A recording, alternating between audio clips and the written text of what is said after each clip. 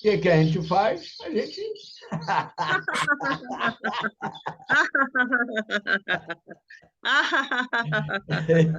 Bom dia, bom dia, bom Bom dia. Bom dia! dia, bom dia.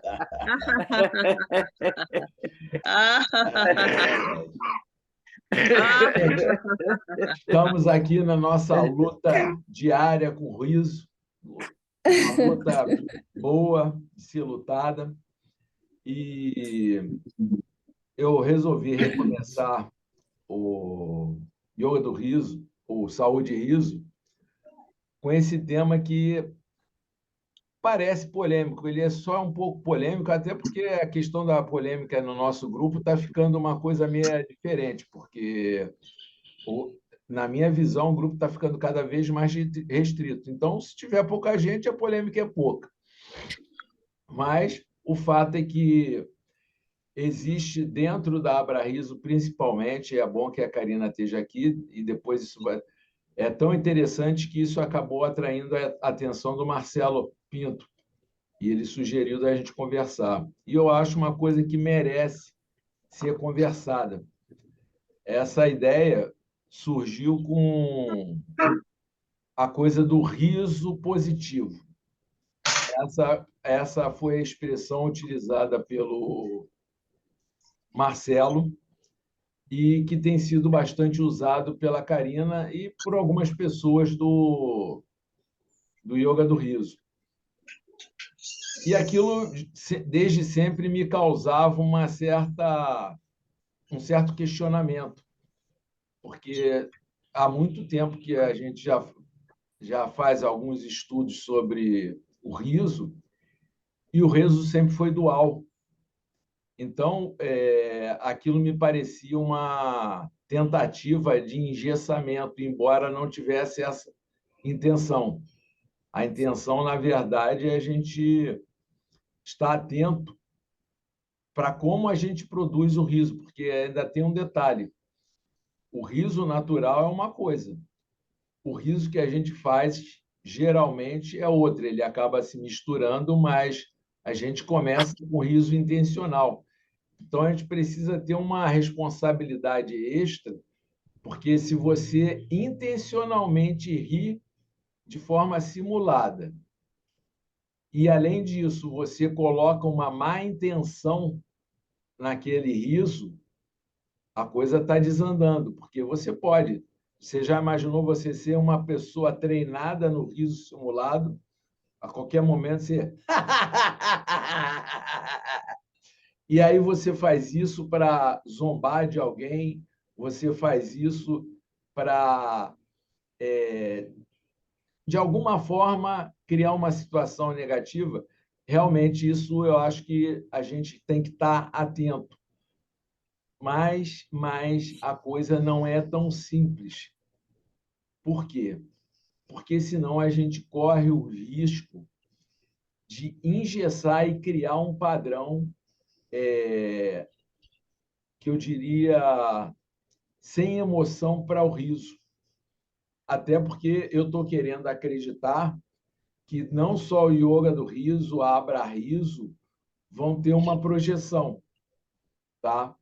E vai que a Abra Riso tem uma projeção e o riso positivo começa a ser... Aliás, isso já está, de alguma forma, tem sido objeto de discussões, não no campo do riso, mas no campo do humor.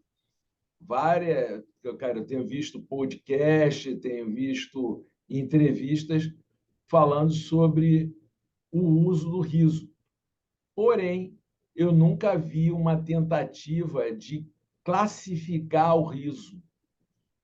E isso que eu acho que vale a pena a gente questionar também, porque eu acho que quando eu coloquei o título de uma forma que não fica restrito ao riso positivo, ele é mais amplo, ele tem o bem e o mal e o riso, tá? Então, eu tive a felicidade de pegar aquele estudo, e ali naquele estudo é interessante que a gente percebe o seguinte: esse questionamento sobre se o riso é como é que se diz?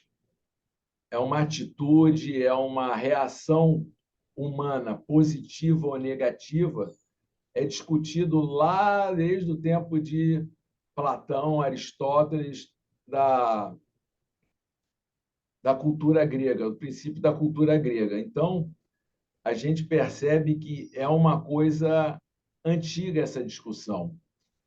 E também tem outra questão.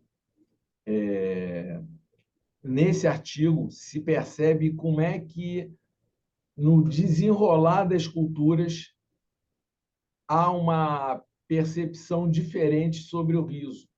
Ora, você percebe o riso como uma coisa negativa, ora, você percebe o riso como uma coisa positiva, uma coisa que contribui para a sociedade. Então, você vê, se a gente quiser discutir, a gente tem bastante campo de estudo. Agora, também, se você quiser assumir uma posição fechada, dizer, não, o riso tem que ser positivo, o riso tem que ser de determinada forma, a gente pode fazer.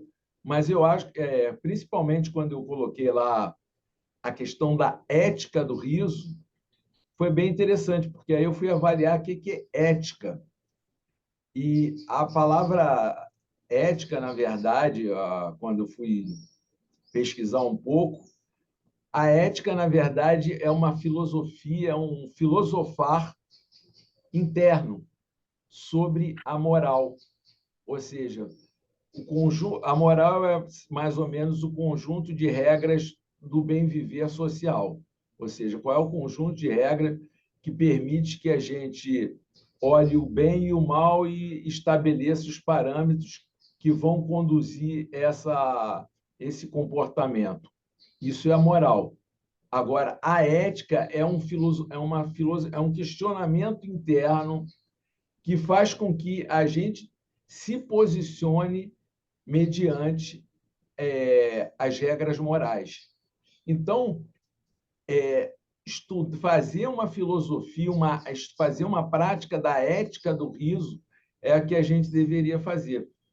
Como é que cada um vê essa questão do riso internamente e como é que você se coloca mediante ao outro? É essa que seria a nossa discussão aqui, entendeu? Agora, como vocês podem ver, a gente já tem uma dificuldade porque o grupo do riso é um grupo que ainda não se estabeleceu. E quando você divide mais ainda, quando eu faço esse tipo de questionamento, fica mais difícil ainda, porque muita gente não está interessada em discutir se o riso é para o bem, se o riso é para o mal, se o meu riso pode ser só positivo ou só negativo. Mas eu queria ouvir um pouquinho de vocês. Eu posso falar mais, mas eu gostaria de ouvir como vocês olham para isso, como vocês percebem esse tipo de questionamento. Porque, senão, eu não tenho dificuldade nenhuma em assumir, como é que se diz, ou equívocos ou fracassos, seja lá o que for. Se a gente quiser cortar a nossa live de hoje por falta de interesse, tudo bem, mas se vocês quiserem se posicionar, eu gostaria muito de saber a opinião de vocês com relação a essas coisas que eu coloquei e o que vocês também pensam a respeito. Posso falar? Não sei se tem uma mão levantada, estou com quatro na tela. Como vou sair em seguida, gostaria de colocar uma coisa. Eu não tive muito tempo de refletir profundamente, mas outro dia, aqui na celebração do Dia da Mulher, eu senti, e não sei se, eu acho que engata com este tema que estamos falando, né? Nós lutamos com muito preconceito sobre o riso. E, por exemplo, eu ia fazer uma oficina de yoga do riso, bem curtinha, na praça da cidade, que o movimento fez coisas para a mulher. Era um evento independente da administração da prefeitura, porque era um grupo ligado a uma tendência, digamos, política, né, de lutadoras, de ativistas. y fue me falado que iban deixar eso porque era un evento más para todas as questões das conquistas, das lutas, e quer dizer, eu senti como que levar un riso para un evento de esos, as pessoas não sabem o que é riso, né? Quais são os benefícios, quanta resiliência poderia trazer para a mulher praticar o riso em forma saudável e como yoga do riso, né? Então, no final das contas, parece sim essa coisa, né? Que riso é aquela bobagem que vai estar rindo dos problemas que as mulheres enfrentam. Então, não sei se engancha, se engata com o assunto. Queria deixar isto aqui, porque me pareceu mais uma questão que a gente está sempre desafiando e tentando modificar, né? Era só Tua para fala colocar foi isso, perfeita, porque... Adélia, sabe por quê? Primeira fala que você falou é eu não me aprofundei muito no tema. E aí é que eu falo, cara, eu não vou dizer que eu me aprofundo muito nas coisas, não, mas como eu tenho que falar aqui alguma coisa, eu não posso chegar aqui e ficar, Claro, eu tenho que dar claro. uma estudadinha mínima e básica. E esse texto, por exemplo, ele, cara, de alguma forma, ele coloca por que nós temos preconceito com riso. Ele fala que, primeiro, ele um pouco se contradiz quando ele fala que pouquíssimos filósofos estudaram o riso. Logo depois, ele fala que na Grécia o riso foi levado muito a sério. Ora, o berço da filosofia é a Grécia. E foi muito estudado o riso, entendeu? Foi muito discutido entre os filósofos gregos a questão do riso. Só que ele fala também o seguinte, que na maior parte desse período da cultura grega, o riso foi avaliado negativamente. Então, isso que você está falando, a resistência que a sociedade tem com relação ao riso, se explica por aí. Porque se a filosofia, se a maioria dos filósofos resolveram fazer uma reflexão e achar que o riso é uma coisa negativa para a espécie humana, a gente continua com esse padrão de percepção. Tá? No meu ponto de vista, isso está ligado também com relação à cultura judaico-cristã, que criminaliza o prazer. O riso é diretamente ligado ao estado de satisfação.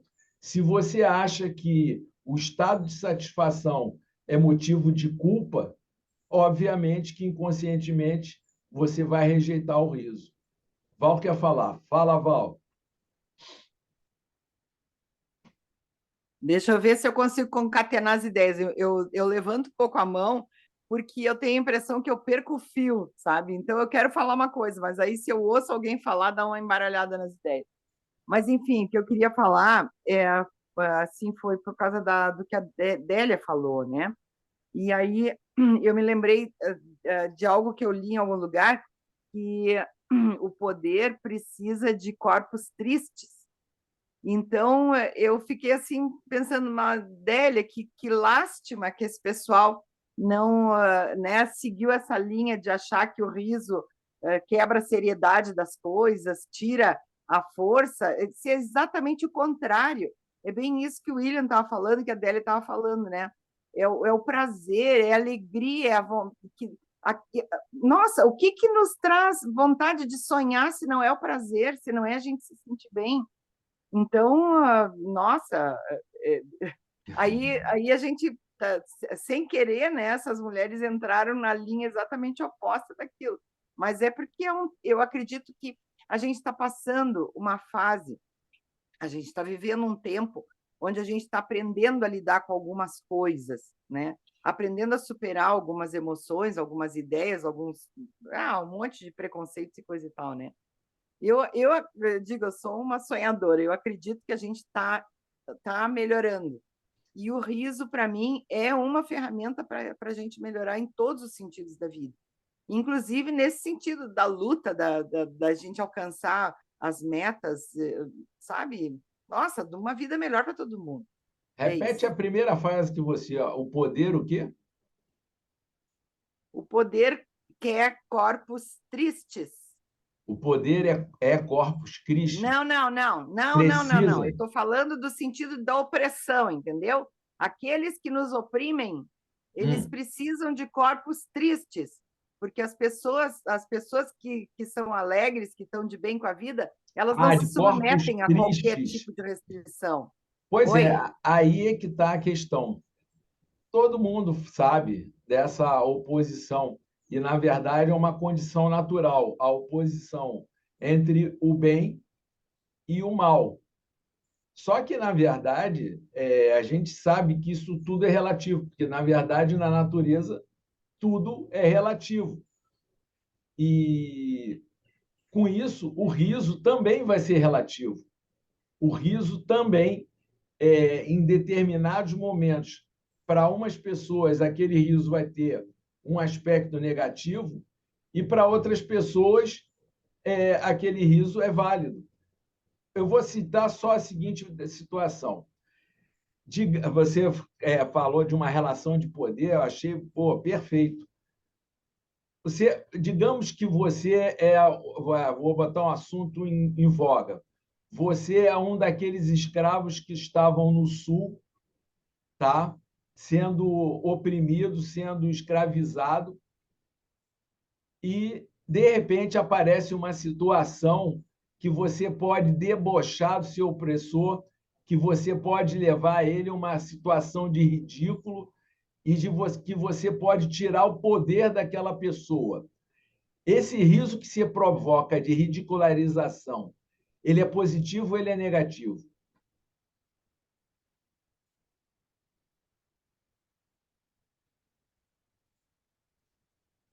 Depende, né?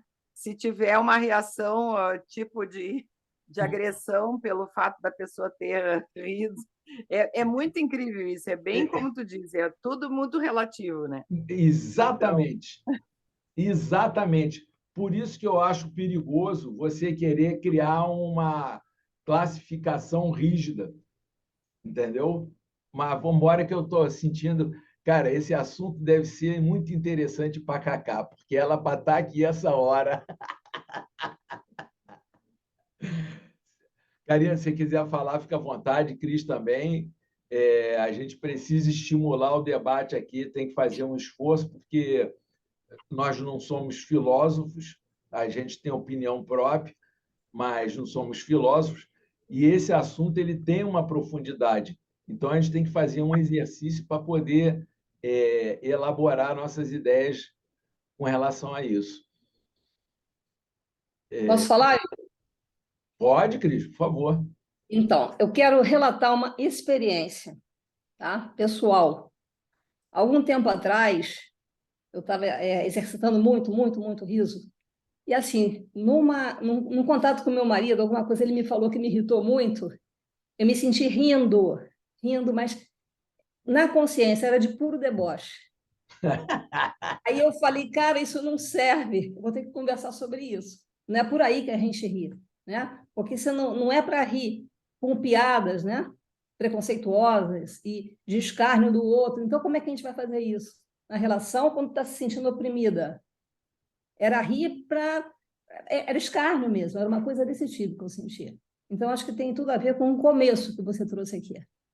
Essa consciência que a gente tem que ter, sempre. Perfeito, perfeito. Por que cada riso? Para que cada riso? Entendeu? Você perceba só o seguinte: era um riso que era de escárnio. Era.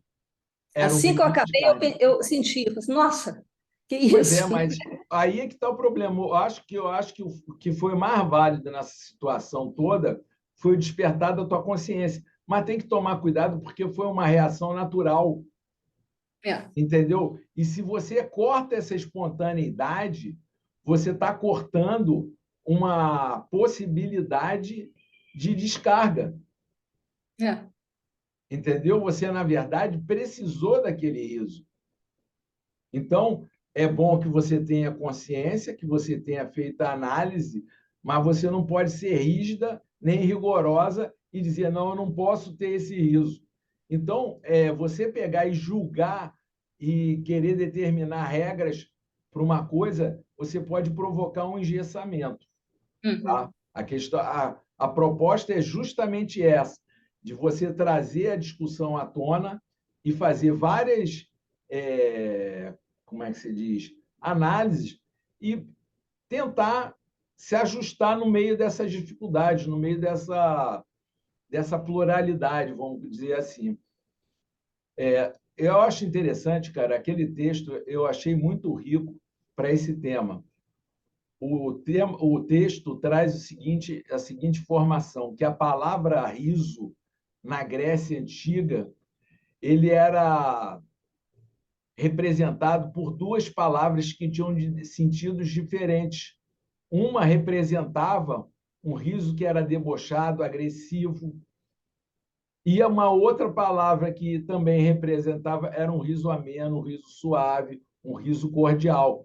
Então, quer dizer, na própria essência, ou seja, na linguagem, o riso já é dual.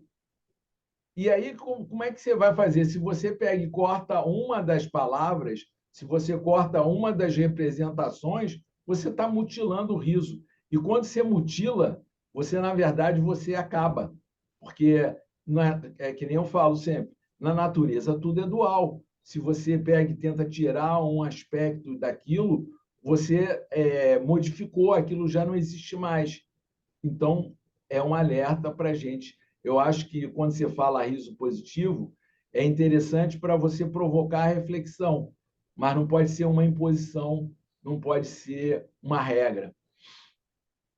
Mas vamos lá, vamos embora que eu sabia, isso é uma provocação para a Karina mesmo. Bom dia, bom dia. Bom dia. Então, várias questões. Primeiro, que a gente está aqui filosofando, sim, tá? Que nós somos, de certa forma, filósofas, porque o filósofo é o responsável por estudar a natureza das coisas existentes e a relação que existem entre elas. Então, a gente está aqui trazendo vários questionamentos de várias coisas e juntando tudo. Então, a gente está filosofando. Mas em relação, então, a esse texto, que eu dei uma passada, assim, né? E tu trouxe agora, né, essa diferenciação entre o riso gracioso, né? E o riso zombeteiro, né? Que já na Grécia traziam. Eu vejo que o riso positivo é esse riso gracioso, né? Sim. Onde o riso é uma graça e vem de graça, né?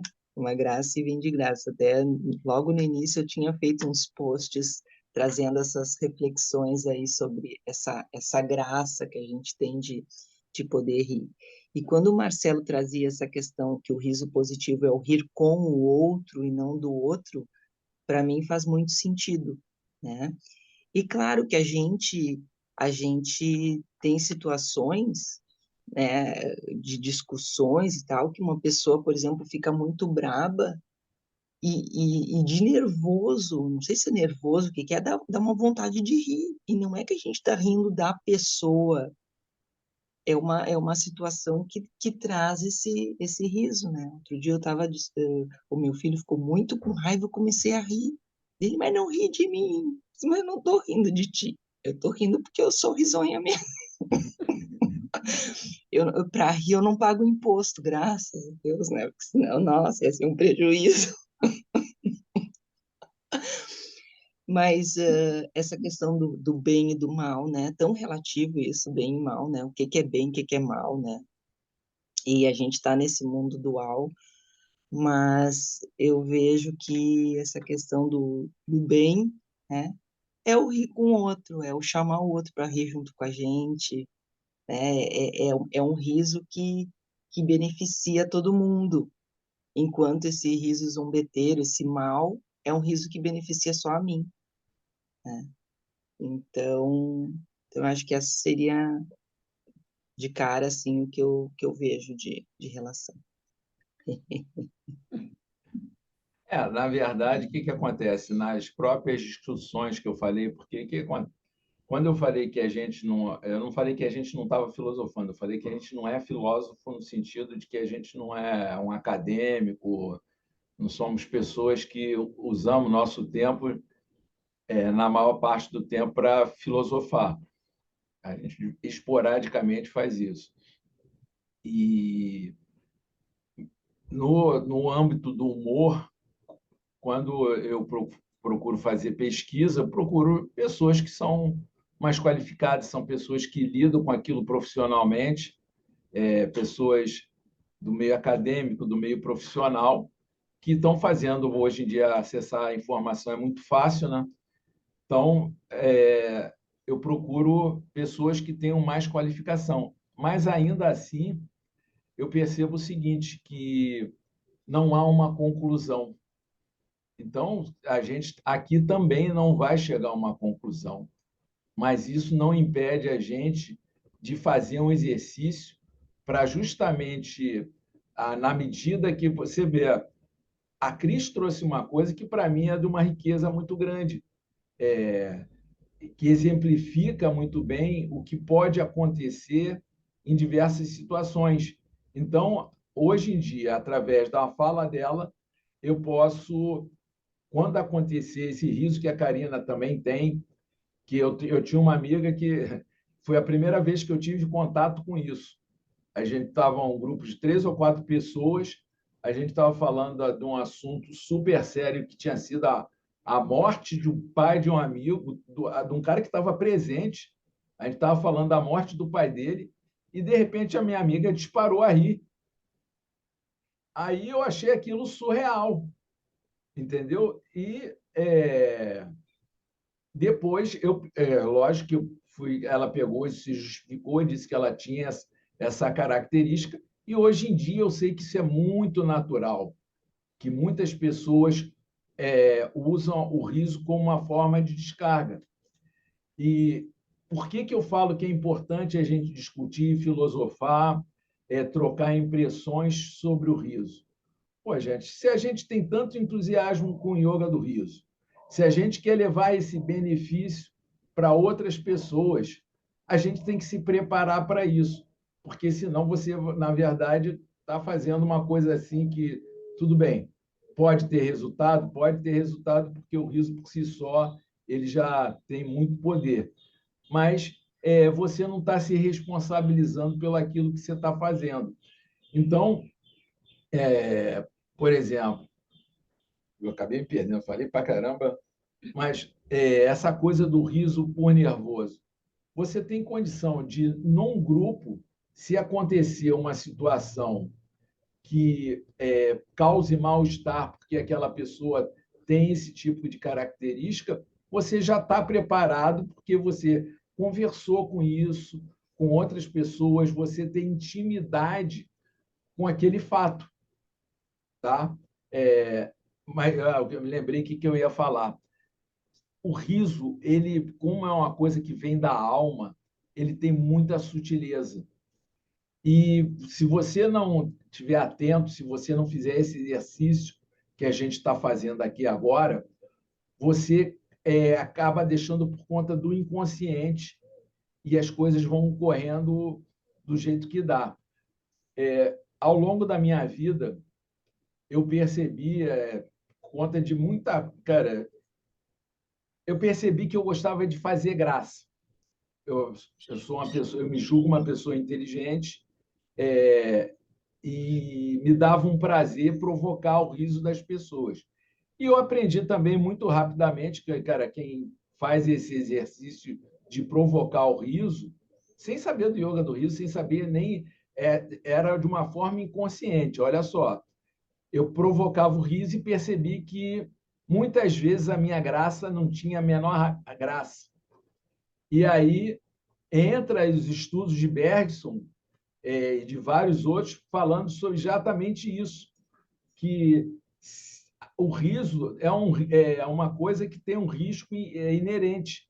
Se você conseguiu provocar o riso, aquilo foi engraçado. Se não provocou, entuba, porque você fracassou. Então, isso era interessante. Só que depois, com o tempo, gente, eu fui descobrindo que eu usava o riso para sair de algum constrangimento. Eu usava o riso, provocar o riso, como um mecanismo de defesa.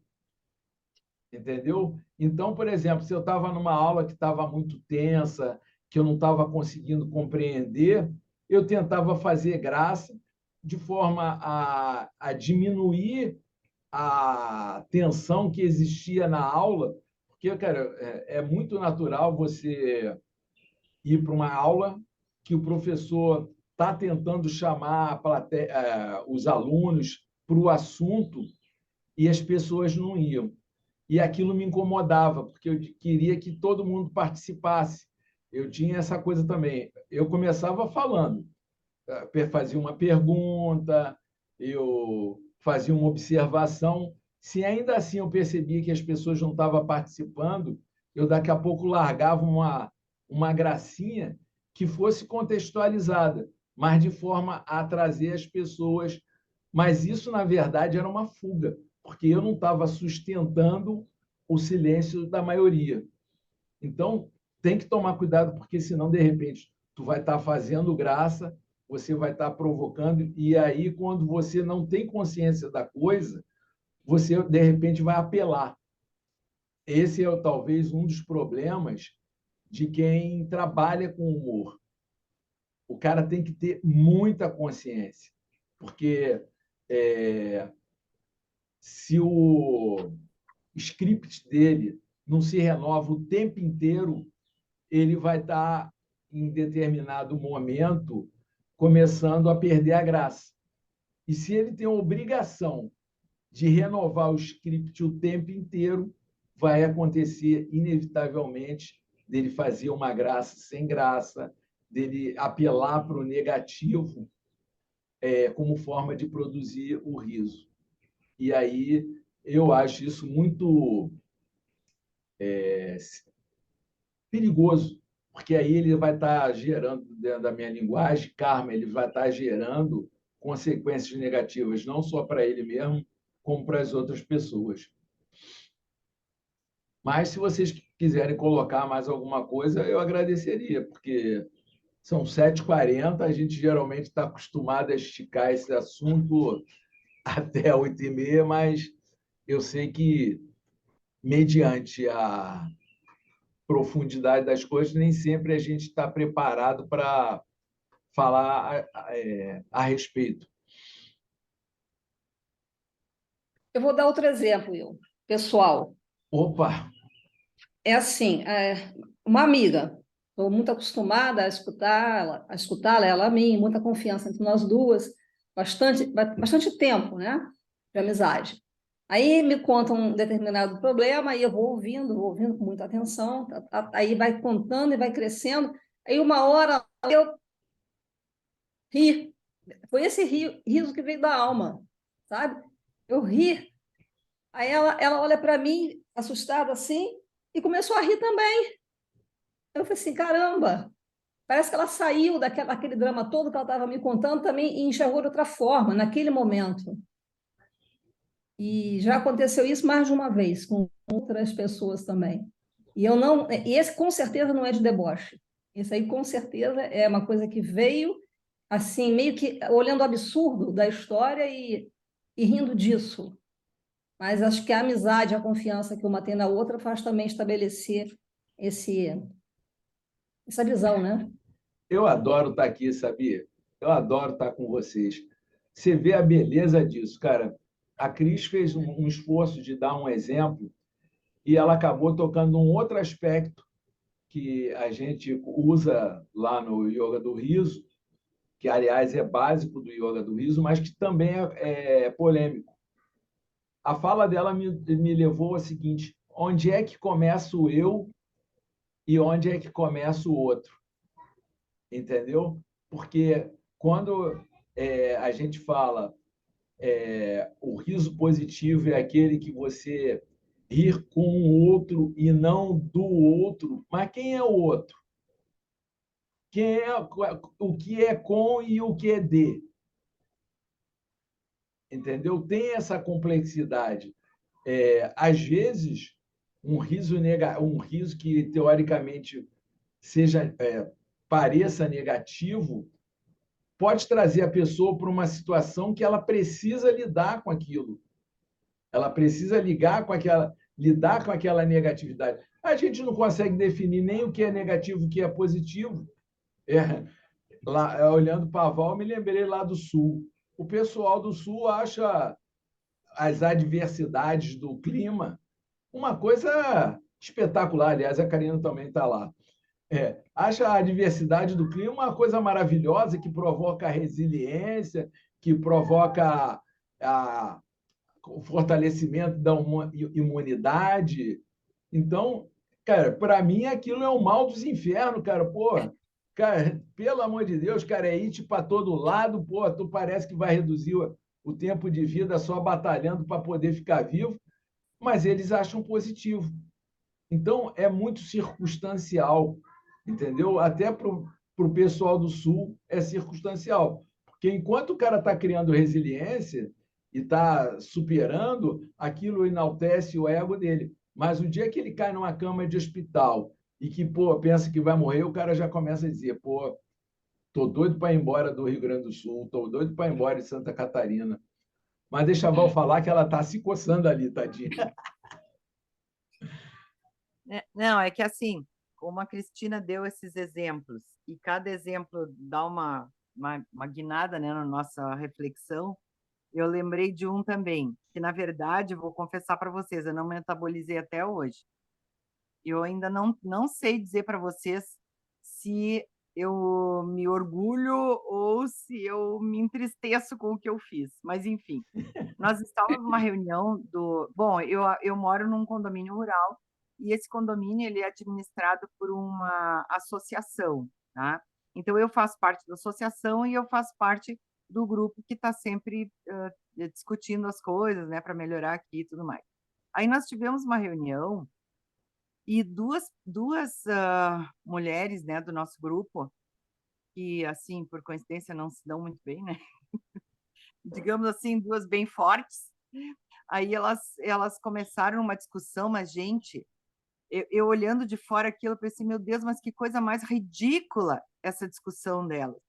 E não tinha o que a gente dissesse para amansar as feras, né? Gente, eu comecei a rir. Até hoje eu me sinto mal de me lembrar daquela risada, porque eu estava coordenando aquela reunião, sabe? Como é que eu, coordenando uma reunião, vou dar uma risada de duas pessoas? Mas realmente era uma coisa absurda demais, sabe? O nível, o jeito que o pessoal estava discutindo. Então, vai, William, o que tu tira disso? Eu fiquei super curioso. Você começou a rir. E o que aconteceu? Alguém mais riu? Não, ficaram me olhando, sabe? Como coisa assim, se eu fosse um ser Bom, extraterrestre, aí, sabe? De rir daquela situação. aí a Mas, gente pode considerar as seguintes situações. Primeira coisa, me parece que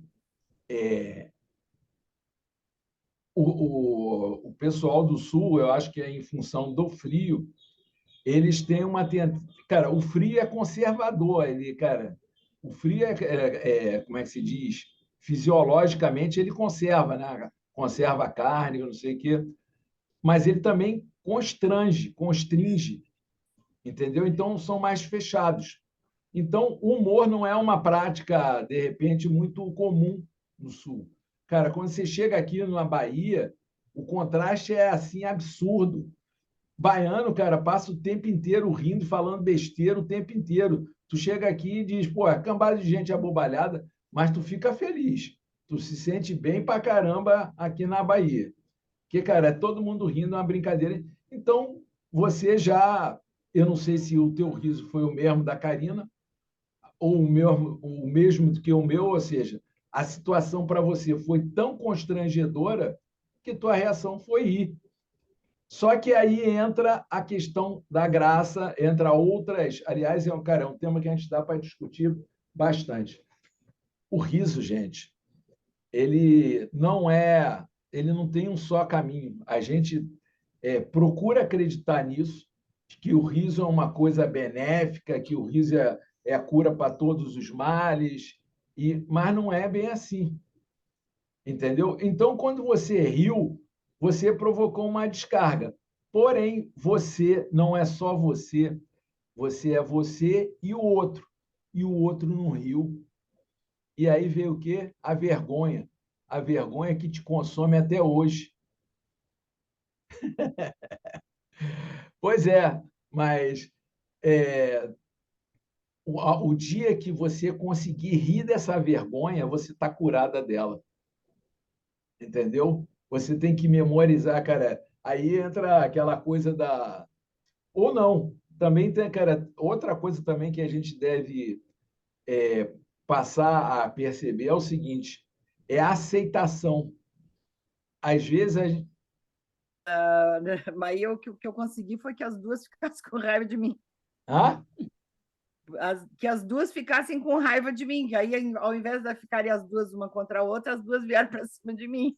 Bom, de alguma forma você pode ter dado uma solução, que pelo menos elas. Mas não sei se foi assim que aconteceu, mas poderia ser uma solução. Mas o fato é uma coisa só. Na terapia, eu aprendi o seguinte: tem coisas que você não vai resolver, ou seja, modificar. Então, por exemplo, sua vergonha. Essa vergonha, talvez você tenha que acessar esse. Aqui a gente está oportunizando isso. Você está memorizando aquela situação toda, e isso vai te causar, de repente, um mal-estar, porque vai trazer a memória para o corpo, tá? E você vai sentir aquele constrangimento mais uma vez. E aí, a gente, qual seria a solução do yoga do riso? Ah, ria disso. Mas talvez você não consiga rir disso, tá? E aí entra, aí, saindo um pouco do nosso escopo, sente isso, sente essa vergonha, porque o corpo possui mecanismos próprios de descarregar e perceber. Está tudo bem.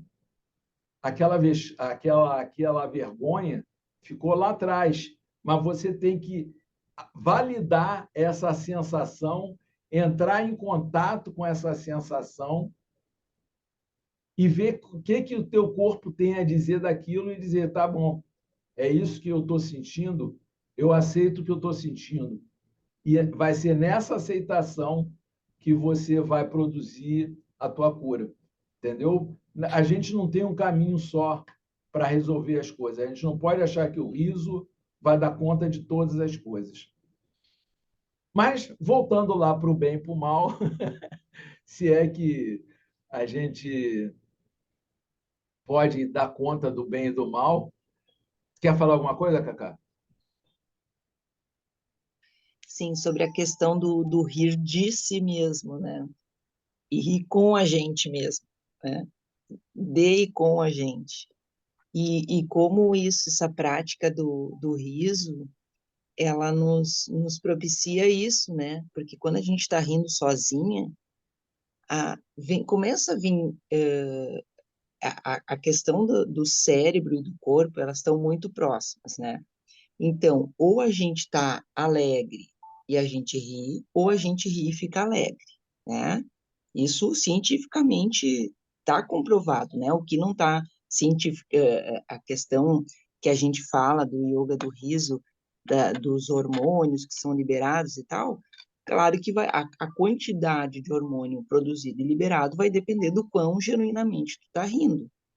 Mas se tu tá rindo um riso gentil, um pouquinho de hormônio vai produzir e liberar. Se tu tá dando gargalhadas, vai produzir e liberar mais hormônios, né? Vai depender da intensidade. Mas no momento que a gente, pelo menos comigo acontece isso, né? Quando eu tô caminhando e rindo, que às vezes eu tô caminhando, começo a rir, daí começo a rir genuinamente, pensando se alguém me vê, né? Só o fato de se alguém Quando eu penso isso, eu acho graça. Eu também.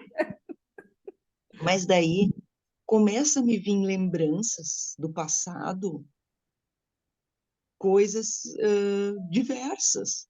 E daí eu começo a rir e penso comigo, Karina, tu fez cada uma, né, nessa vida.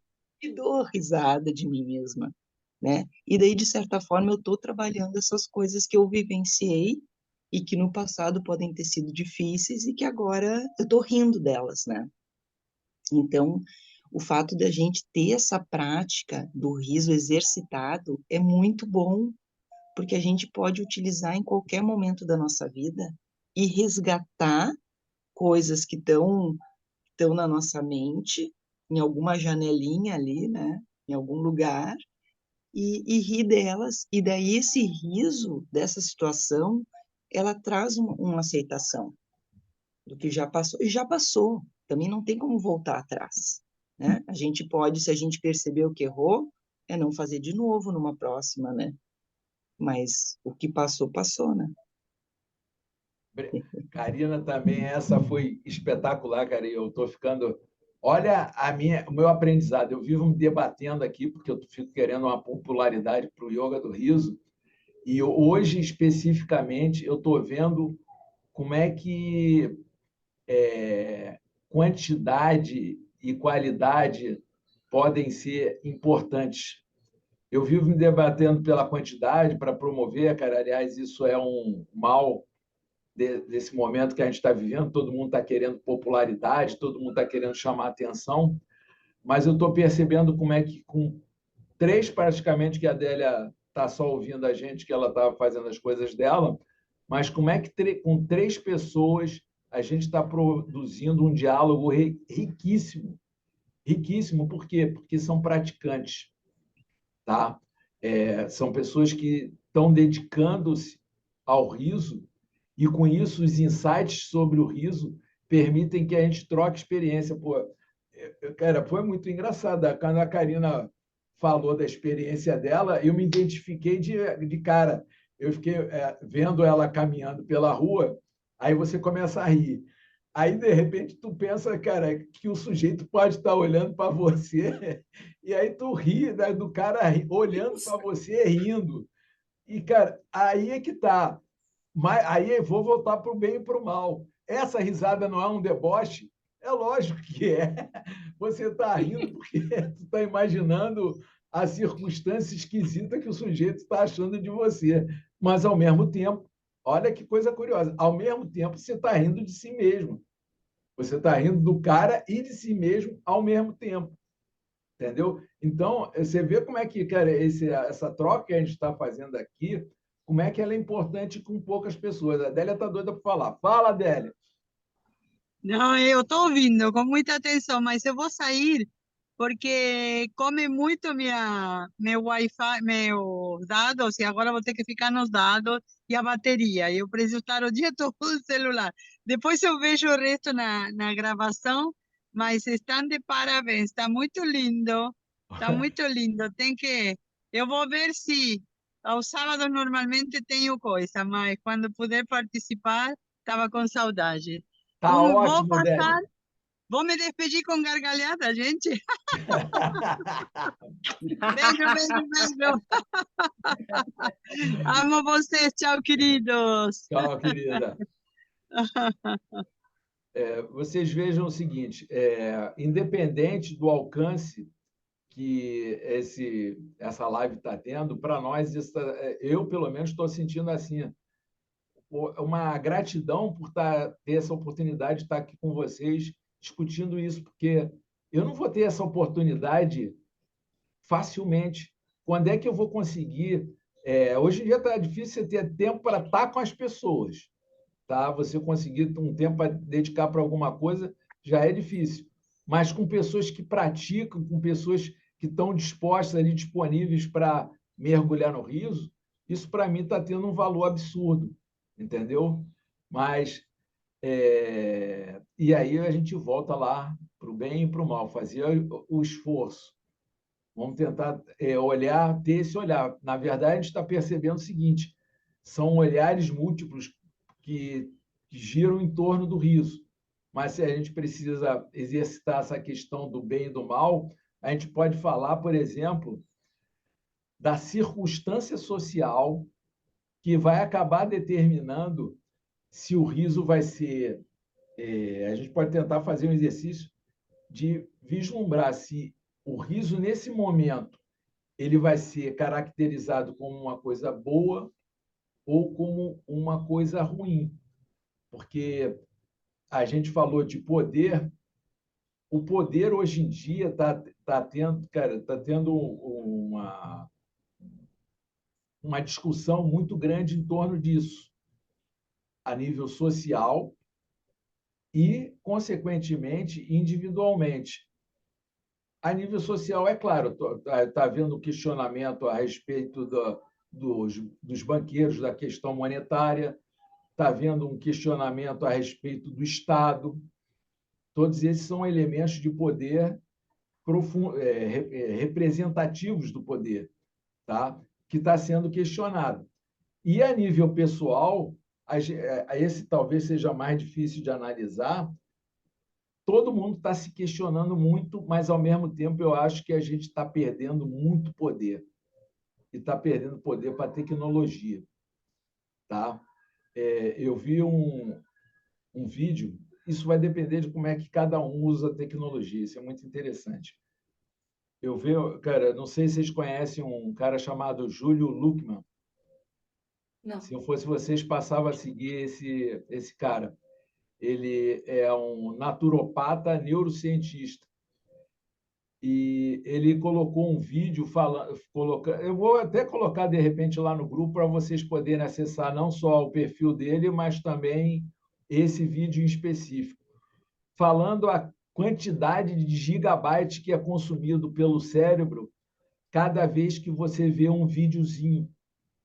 E como é que esse hábito de ficar lá no TikTok, no Reels, vai te consumindo o cérebro. Porque ele fala o seguinte, o cérebro tem uma capacidade de processamento muito grande, mas não tem espaço. E, cara, o cérebro, para poder compensar isso, ele aumenta a velocidade. E, à medida que você vai aumentando a velocidade, você vai usando a tua energia.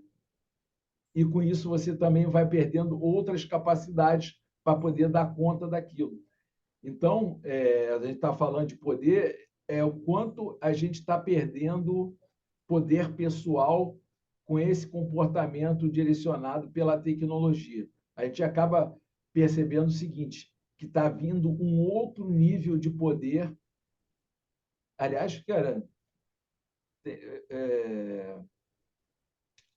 minha memória é um lixo, mas tem filósofos que discutem bastante essa questão do poder. O pior que é um cara famoso pra caramba, que eu gosto dele, que ele, inclusive, fala do riso. E ele é contemporâneo, acho que é francês. Bauman? Hã? Bauman? Não. Bom, resumindo, a gente tem que... A nossa proposta é a gente, dentro da nossa possibilidade, porque também vai da nossa possibilidade, nosso campo de visão, mesmo entre os humanos, porque a gente está restrito à espécie humana. Mas dentro da espécie humana tem gente que tem capacidade de processar muito mais coisas e, consequentemente, tem uma visão muito mais ampla do que a gente. Então, a gente, dentro do nosso exercício, a gente está no nosso meio aqui, a gente pode tentar avaliar se o riso vai ser visto como uma coisa positiva ou negativa. Então, por exemplo, a Adélia já deu um testemunho, e a gente tem vários outros, como o riso ainda continua oprimido. Por outro lado, a gente vê essa monetização do riso, que dá uma popularidade para o riso. Mas isso é bom ou é ruim? Até o próprio yoga do riso, eu acho que cabe muita gente discutir quais os efeitos possíveis que o yoga do riso pode provocar na espécie e na relação de poder. Porque se o yoga do riso tomar uma dimensão, a gente não tem noção do que mais profundo pode provocar na espécie humana o riso simulado. Isso é uma curiosidade que eu tenho. Entendeu? Porque, de alguma forma, a gente pode não estar percebendo, mas o que a gente está fazendo é objetificando o riso. A gente está tornando o riso, que era uma coisa espontânea, natural, um objeto de uso para fim econômico, para fim de saúde, mas não interessa. É para uso pessoal, é para o interesse próprio, e não deixar que a natureza Mas aí a gente vai entrar em outra discussão. O que é natureza, o que é espírito, aquela coisa toda. Diga lá, Karina. Essa questão do riso exercitado, né? Porque quando a gente começa a exercitar, a gente começa numa simulação, mas ele vira real, né? Quanto mais a gente exercita, ele fica genuíno. E eu vejo como aval, eu vejo como uma ferramenta que o nosso corpo tem e que o yoga do riso me trouxe essa consciência de que eu posso ser dona do meu riso, que eu não preciso de piada, de comédia, de nada disso. Então, o fato da gente se apropriar do riso, eu acho super benéfico, não só do riso, quanto do sorriso, né? Eu sou defensora do sorriso funcional Muito consciente, bom. como a Annelise, né? E do sorriso para o riso é um pulinho, bem curtinho, aliás, né? Porque tu tá sorrindo, qualquer coisa, é só soltar o ar, tu já tá rindo, né? Então, em relação ao riso bom ou mal, eu acho que o mal, né, se a gente pode dizer isso, né, o que é bom, o que é mal, mas eu vejo que o mal é quando a gente ri das minorias, dos marginalizados, quando se faz piadinha da, da, de mulher, de negro, de indígena, sabe, das pessoas que já sofrem ao longo da história, com, não que sejam minorias, né, porque mulher é maioria no mundo, mas vocês entenderam o que eu quero dizer, né? Os oprimidos. Dos oprimidos. Eu acho que o riso maldoso é quando tá rindo dos oprimidos, quando faz piadas de gordo, quando faz piada de dentuço, quando faz piada sabe? De pessoas que por terem essa situação, ou por serem gordas, ou por serem dentuças, ou por serem negras, ou por isso, por aquilo, elas já se sentem inferiorizadas, e daí esse riso em cima delas, faz um mal tremendo para todos os oprimidos, né? Esse eu acho que seria o riso mal. Porque o riso dos que estão lá em cima, né? Eu fiquei lembrando do Greg News. Vocês já viram alguma vez? Que ele faz Genial. piada tipo, ele faz, e tu ri, porque é mesmo aquela situação, né? Então, eu não vejo aquele riso dele, pelo menos os vídeos que eu vi, eu não senti maldade, assim. Não senti que era um riso mal, mas um riso de contestação, de questionamento, né? Daquela situação, no meu entendimento, né? Vai lá, Val. E quem disse que eu me lembro agora do que eu ia falar? Se foi, eu vou ter que começar a botar um caderninho do lado para anotar as coisas. Eu ia falar algum exemplo. Daqui a pouco vem. Vamos continuar falando, daqui a pouco vem. Cara, eu achei interessante pelo seguinte. Não, cara, eu não estou querendo ter razão em coisa nenhuma, não, tá? Mas só vou pontuar algumas coisas. Por exemplo, a Val falou o riso como ferramenta e a Karina corroborou. Só que ferramenta realmente é uma coisa que a gente usa, tá? Então, não tem. Pro bem ou pro mal? Pois é, para o bem ou para o mal. Com relação ao bem ou mal, cara, é difícil, cara. A gente é da nossa natureza tentar buscar essa resposta. Eu estou fazendo uma coisa para o bem ou para o mal? Isso é necessário para a gente poder viver, tá? Mas a verdade é que não existe. A gente não tem condição de avaliar qualquer coisa. Eu já dei vários exemplos. Se aquela coisa é. Porque eu vou falar. Você quer ver o exemplo que a Karina citou? É muito bom, porque ela está falando o seguinte: de intenção. Qual é a intenção da pessoa quando ela provoca aquele riso, tá? Se ela está com a intenção de menosprezar os oprimidos, aquilo ali aparentemente é negativo. E por que eu falo aparentemente? Pô, o cara é um poderoso que está oprimindo alguém que já está oprimindo. Porque ele pode, com aquela graça dele, disparar um gatilho de revolta no oprimido e aquele riso provocar uma revolução. Então, aquele riso que aparentemente era negativo acabou se tornando uma coisa positiva, entendeu? E já, cara, já basta aquele ditado, quando eu falo isso, de boa intenção o inferno está cheio, assim como, só que tem um outro lado, de má intenção muita gente foi para o céu. Tá? O cara tinha má intenção, mas acabou produzindo uma coisa. Cara, um exemplo mais drástico, e a gente nunca vai ter resposta para isso. Segunda Guerra Mundial. Pô, tá cheio de gente que fica discutindo. Gente, tem gente que acha que a guerra é um mal necessário, tá? Mas só que é lógico que você vai ter que assumir posições, você vai ter que assumir riscos.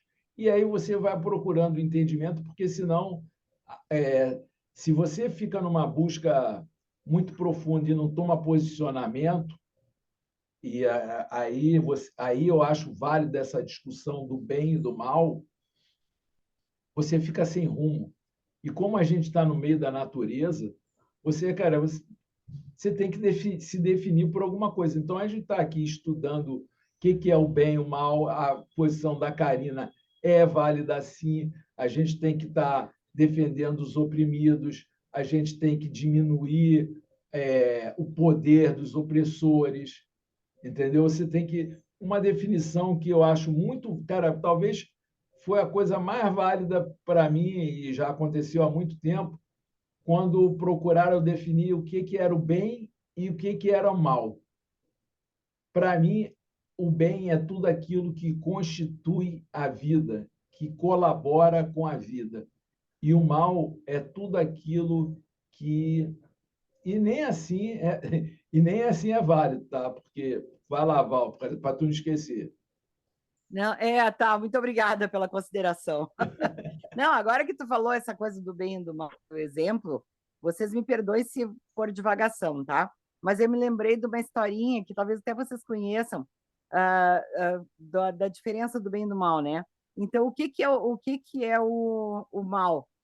Era um grupo de animais, digamos assim, querendo comer, e a única coisa que tinha de ferramenta era um garfo enorme, e eles não conseguiam alcançar a comida.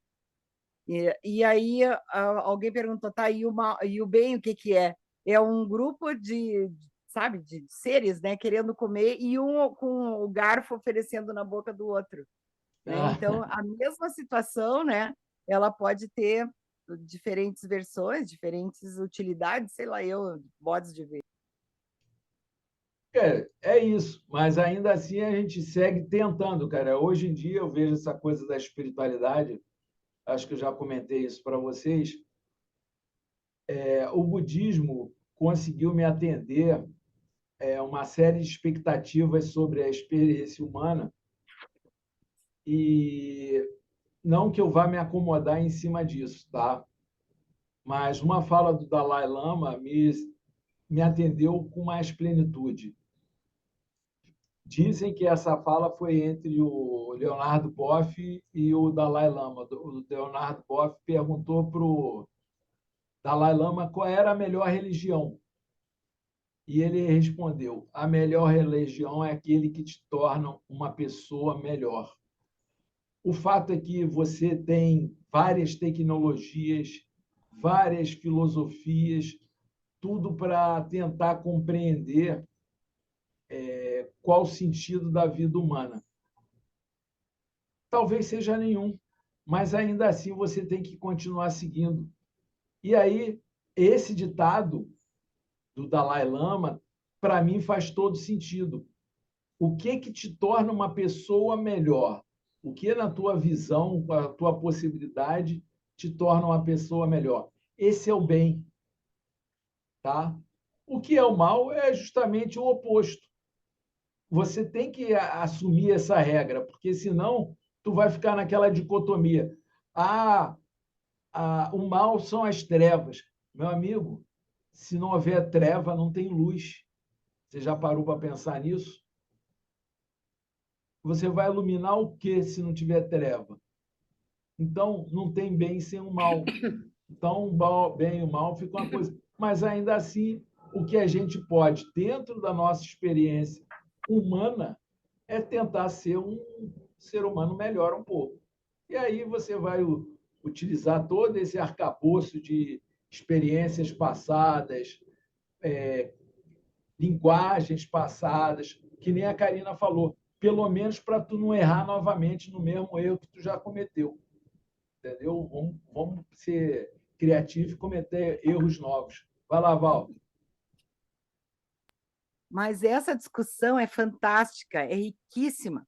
Essa coisa do ponto de vista é incrível, né? Então, agora, tu estava falando agora e eu estava me lembrando que eu tenho conversado, eu tenho feito umas reflexões, digamos assim, né? Toda semana com um grupo de amigas. E volta e meia a gente começa assim, tá, mas e a gente está aprendendo, a gente está crescendo, sabe? E aí um dia eu disse uma coisa para elas, ô gurias, para mim, eu parto do princípio seguinte, se eu tô aqui na Terra, é porque eu tenho coisa para aprender, é o meu jeito de ver, né? Porque se eu não tivesse nada para aprender, eu estava lá no céu tocando harpa e batendo asinha, né? Claro, fazendo piada. Mas eu acho que é isso, a gente está aqui para aprender, e essa nossa discussão aqui é muito rica, porque ver como toda hora aparece um ângulo novo, né? Porque bem e mal não pode ser uma coisa definitiva, a gente não tem como classificar uma coisa de positiva ou negativa simplesmente só porque a gente quer. Assim como o que a gente está vivendo, a situação, só um exemplinho assim, nessa questão política. Eu conheço gente que diz coisas, do meu ponto de vista, completamente absurdas. Tipo assim, sabe? Defender coisas que, para mim, é ir contra os direitos humanos, sabe? E a pessoa está completamente convencida de que o ponto de vista dela é o correto, sabe? Do ponto de vista dela, ela pensa bem, ela quer o bem da humanidade. Do meu ponto de Do meu ponto de vista, a internet da Val falhou, agora pode ser a minha.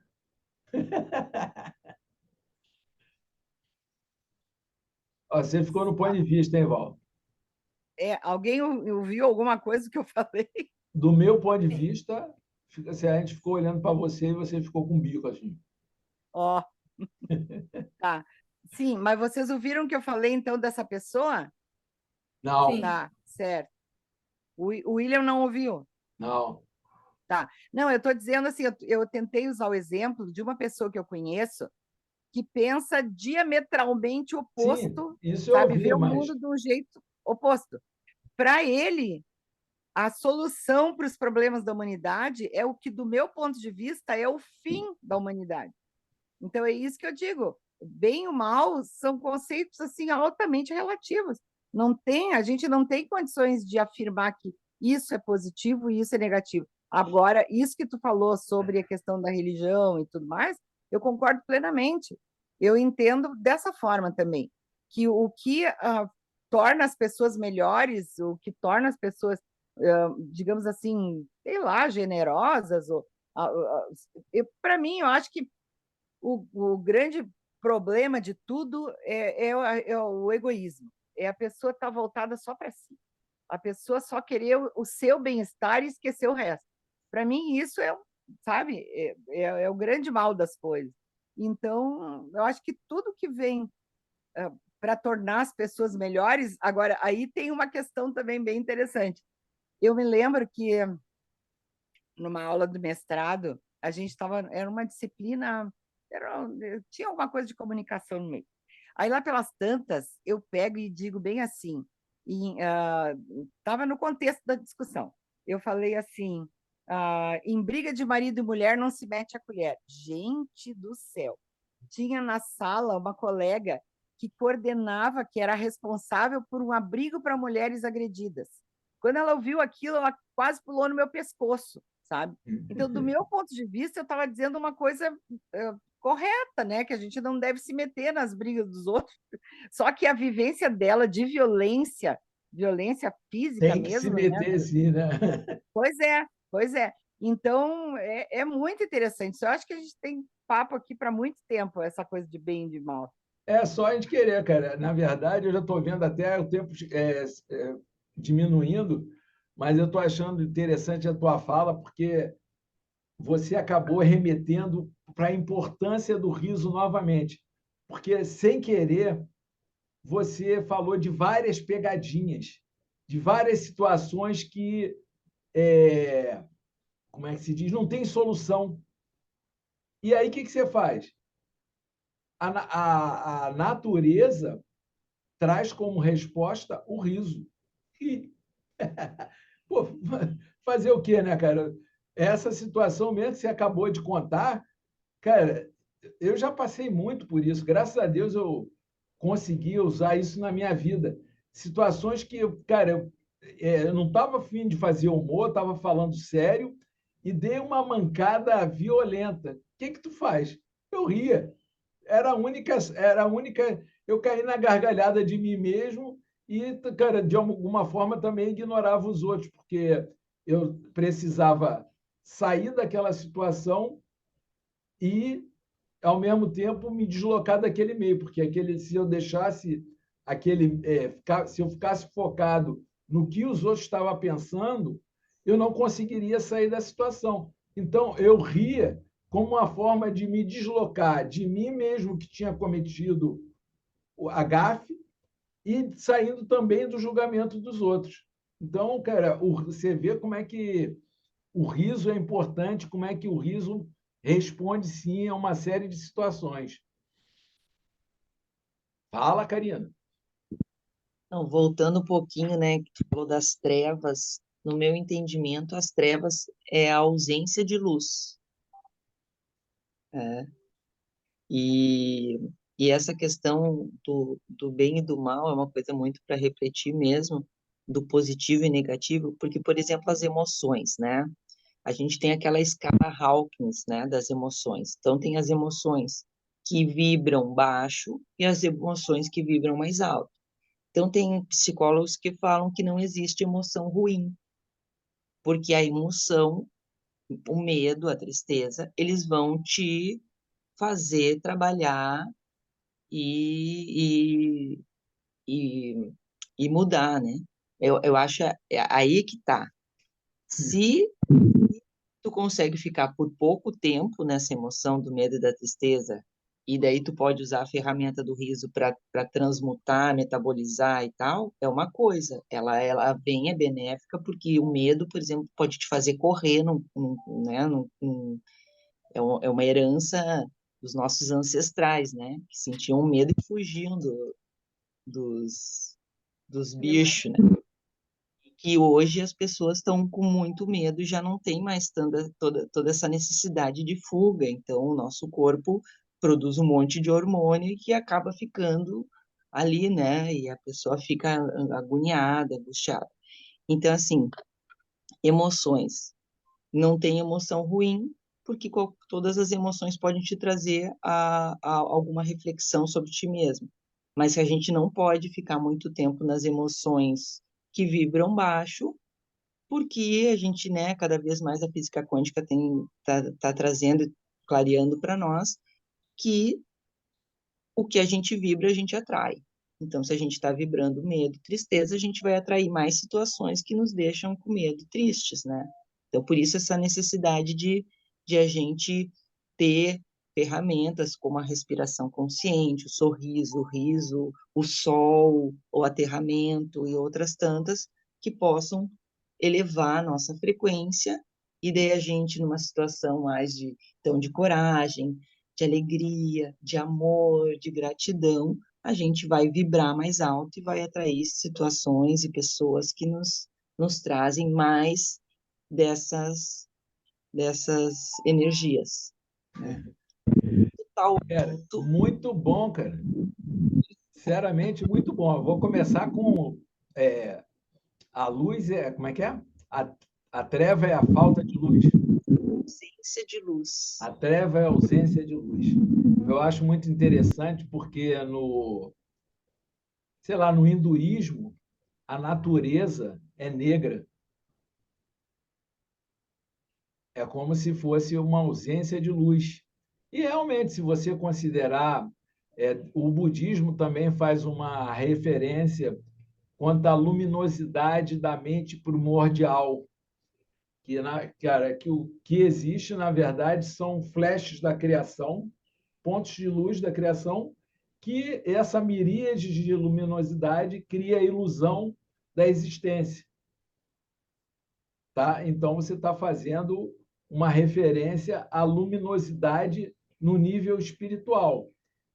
Só que, como nós somos seres humanos, nós temos essa visão, porque a gente vive a partir da mente humana, não da mente primordial, que é feito de dualidade. A gente só tem o positivo e o negativo, a gente não consegue escapar disso. Entendeu? A gente está sempre nessa. Se é positivo, se é negativo, se é luz ou se é escuridão. A gente não consegue transcender essa dualidade. Consegue? Você é uma iluminada? Eu acho que tem a questão de gradientes. De quê? Assim como eu acho que tem os gradientes. Assim como entre o branco e preto tem não sei quantos tons de cinza, entre o negativo, o máximo do negativo e o máximo do positivo, também tem gradientes ali. Você acabou de falar da experiência humana. Você está falando de, como é que se diz, proporções da dualidade. São os gradientes. Tá? Mas, ainda assim, você continua na dualidade. Tá? Mas eu só estou falando isso pelo seguinte, porque não adianta, a gente vai ficar entre o bem e o mal. A gente vai transitar nessa coisa. E eu acho que a grande sacada da experiência humana é justamente você buscar o equilíbrio dinâmico. Não adianta você achar que tem um ponto de equilíbrio. Primeiro que nada é fixo. Tudo é movimento. A vida é movimento. Então, você tem que procurar um equilíbrio dinâmico. E você estava falando das emoções. Cara, eu acho lindo, porque, cara, é exatamente isso. As emoções, elas vão dar tons à vida, vão formar esse gradiente. O problema é você ficar fixado num tom só. Entendeu? E por isso que a gente tem que tomar cuidado para não ficar fixado no riso.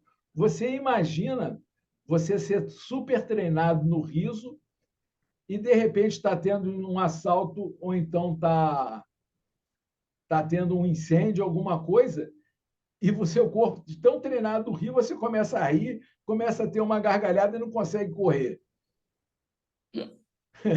Olha a falta de equilíbrio aí.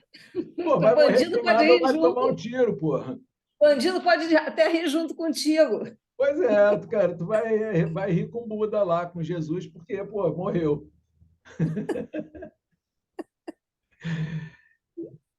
Gente, eu realmente estou muito satisfeito. Eu acho que talvez tenha sido uma das lives que mais me deu alegria, assim, de estar participando, trocando. E, sei lá, eu acho que é um pouco disso também. Você mergulha no bem, no mal, vê seus lados ruins e percebe que isso tudo tem uma graça, tem tem uma alternância entre luz, escuridão, medo. E, cara, eu acho que tudo isso é muito válido. Você tem que, você tem que usar o riso, talvez, cara, isso é uma visão que eu estou tendo agora. Você pode usar o riso como referencial, não ficar dependente do riso, mas usar o riso como referencial para você transitar entre as outras emoções, transitar entre o bem e o mal, porque uma vez que o riso ele como é que se diz, ele é renovação, ele é abertura, ele te dá essa possibilidade de transitar e não você querer ficar preso no riso. Eu acho que quando você começa a querer criar muitas regras com relação ao riso, você está indo contra a natureza dele. Mas isso não é uma verdade, óbvio. Meus amores, eu me dou por satisfeito. Se alguém quiser mais fazer alguma observação, fazer alguma participação, fique à vontade. senão a gente vai rir para fechar. Eu vou colocar só mais uma aqui para fechar. Uma conhecida minha achava muito engraçado ver alguém cair. Caía, ela disse que não segurava o riso. Mas como? A pessoa está sofrendo. Ela falou assim, eu não penso nisso, eu só acho engraçado o cair. E aí disse que passou por situações constrangedoras, porque às vezes era assim, até no ônibus. Alguém caía, ela começava a rir loucamente. Eu fiquei assim, muito impressionada com isso, mas também existe. Possivelmente, Cris, ela tem alguma coisa muito inconsciente presa à queda. E aí a queda, para ela, é simbólica, não é necessariamente uma queda do corpo caindo, entendeu? Agora eu entrei numa área que eu não sou psicólogo, mas é uma forma de a gente tentar explicar isso. Tá? E aí vamos nós fazer o quê? Quá, quá, quá. A gente pode também só sorrir. Eu não sou bom nisso, não, mas, cara, vamos inovar. E em homenagem à Karina, cara, eu valorizo essa dedicação. Eu acho, inclusive, que a Karina valoriza mais o sorriso do que a Annelise. E olha que a Annelise é a especialização dela. Mas você... Parejo. Não, é a sua, como é que se diz? É a sua humildade que não permite, mas você faz mais citação ao sorriso do que ela. Não quero provocar ciúmes na minha amiga, nem discussão entre a campeã do sorriso, mas tem que ser justo. Não é uma competição. Vamos fazer o quê?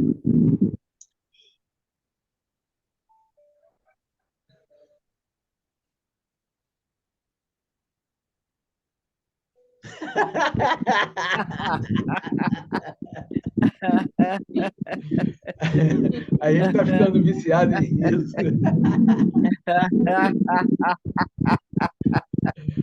Bom dia, bom dia, bom dia.